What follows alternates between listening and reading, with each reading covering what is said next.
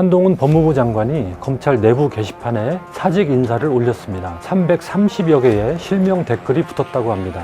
얼어 죽더라도 곁불을 쬐지 않아야 하고 굶주려도 풀을 먹지 않는 호랑이가 되어야 하는 검사의 모범을 보여주셔서 진심으로 감사드립니다. 검사들의 칭송 댓글은 인사를 염두에 둔 충성 경쟁으로 비칩니다. 한 장관은 취임 직후인 지난달 18일 검찰 고위 간부에 대한 철저한 코드 인사를 단행해 검찰 줄세우기 의도를 노고라 했습니다. 그래도 검찰 내부에서 아무런 반발이나 문제 제기가 나오지 않고 있습니다. 검찰이란 조직과 제도 자체의 존재 이유부터 다시 물어야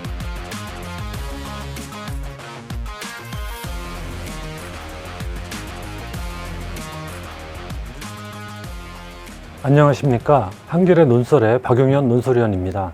최근 한동훈 법무부 장관과 관련해 검찰에서 벌어지는 웃지 못할 일이 회자되고 있습니다. 지난달 15일 한동훈 법무부 장관이 검찰 내부 게시판에 사직 인사를 올렸습니다. 정무직인 장관에 임명되기 위해 검찰을 떠나면서 남긴 글입니다. 그런데 이후 보름 만에 330여 개의 실명 댓글이 붙었다고 합니다. 전체 검사가 2,300명가량 되니 약 15%의 검사들이 댓글을 단 셈입니다. 언론에 소개된 댓글 내용들을 직접 읽어보시기 바랍니다.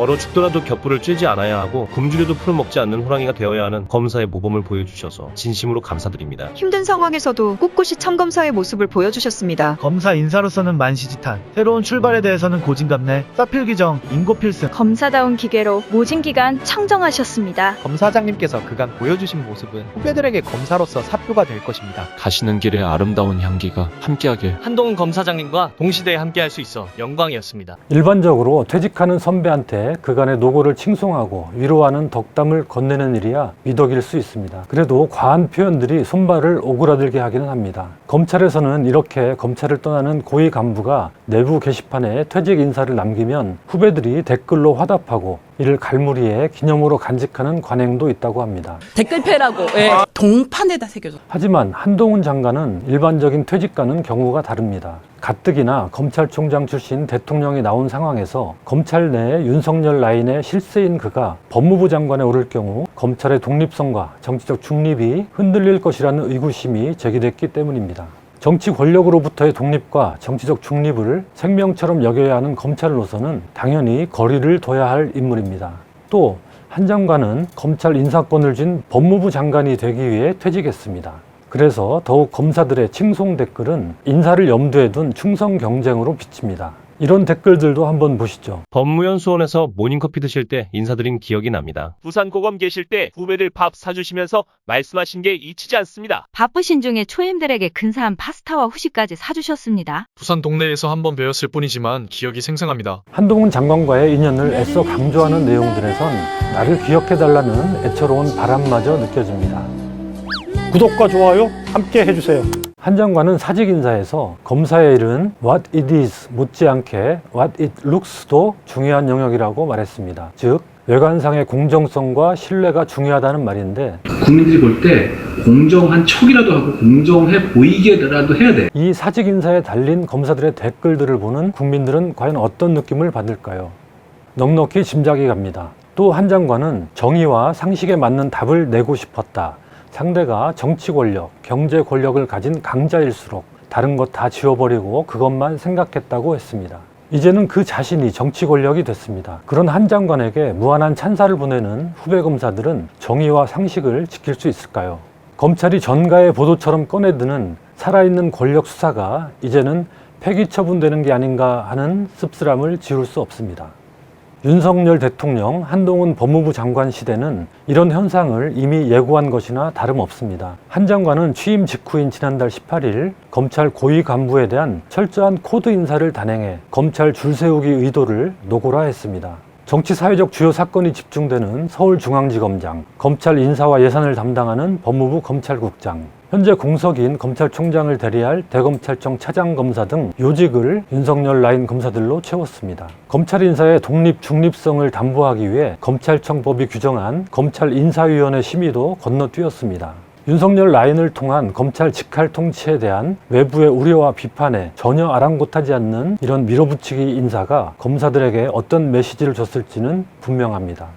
나아가 한 장관은 중간 간부급 인사도 서두르는 모양새입니다. 차장검사 승진 대상자들에게 6월 3일까지 인사검증 동의서를 제출하라고 통보해 6월 중순께는 인사가 단행될 것이라는 전망이 나옵니다. 지금 기조대로라면 중간 간부급 인사도 코드 인사가 될 가능성이 높습니다. 그런데 문제는 검찰총장이 여전히 공석이라는 데 있습니다. 검찰청법은 검찰 인사와 관련해 이렇게 규정하고 있습니다. 제34조 검사의 임명과 보직 등 검사의 임명과 보직은 법무부 장관의 제청으로 대통령이 한다. 이 경우 법무부 장관은 검찰총장의 의견을 들어 검사의 보직을 제청한다.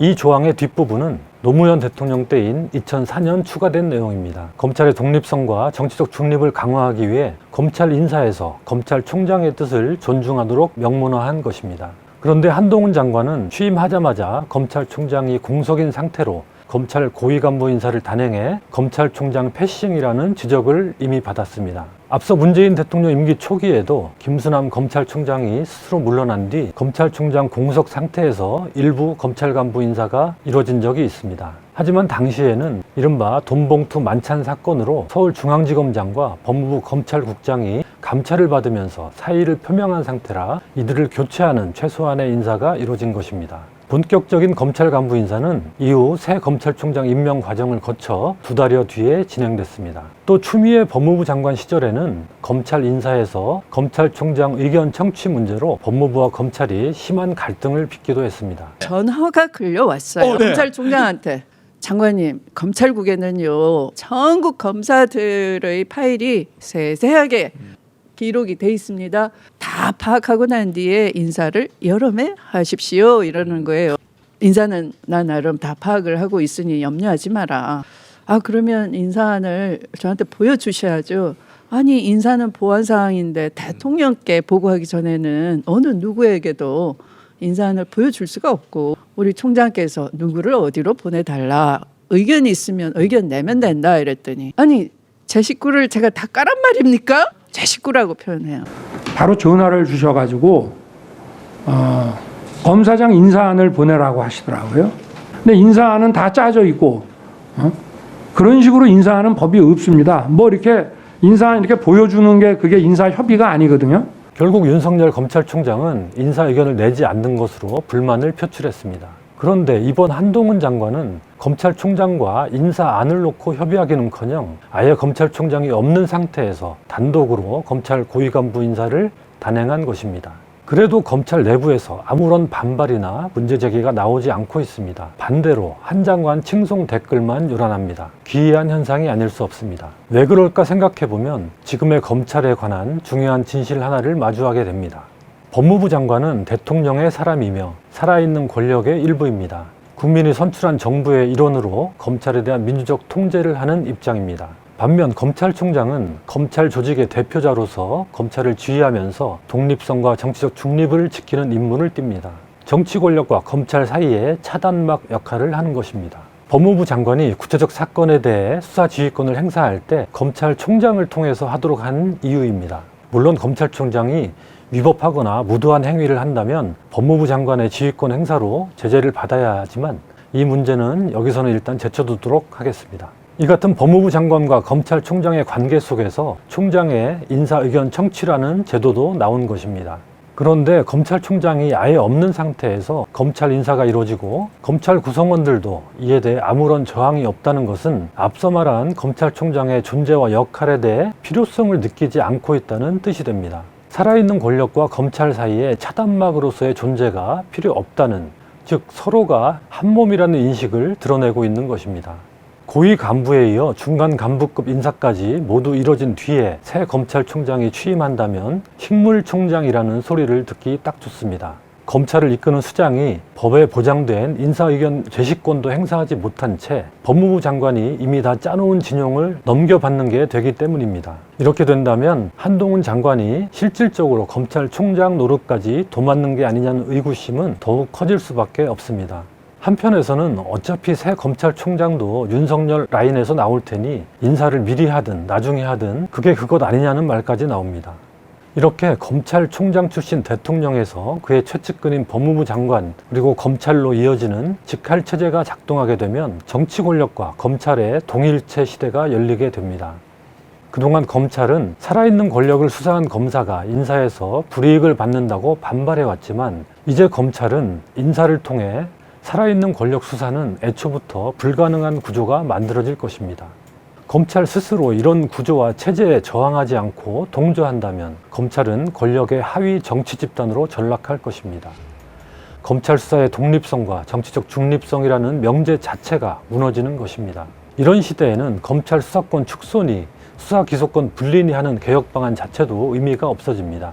검찰이란 조직과 제도 자체의 존재 이유부터 다시 물어야 하기 때문입니다. 검사들의 댓글 릴레이는 그 전도된 시대의 도래를 알리는 음울한 전주곡처럼 들려옵니다.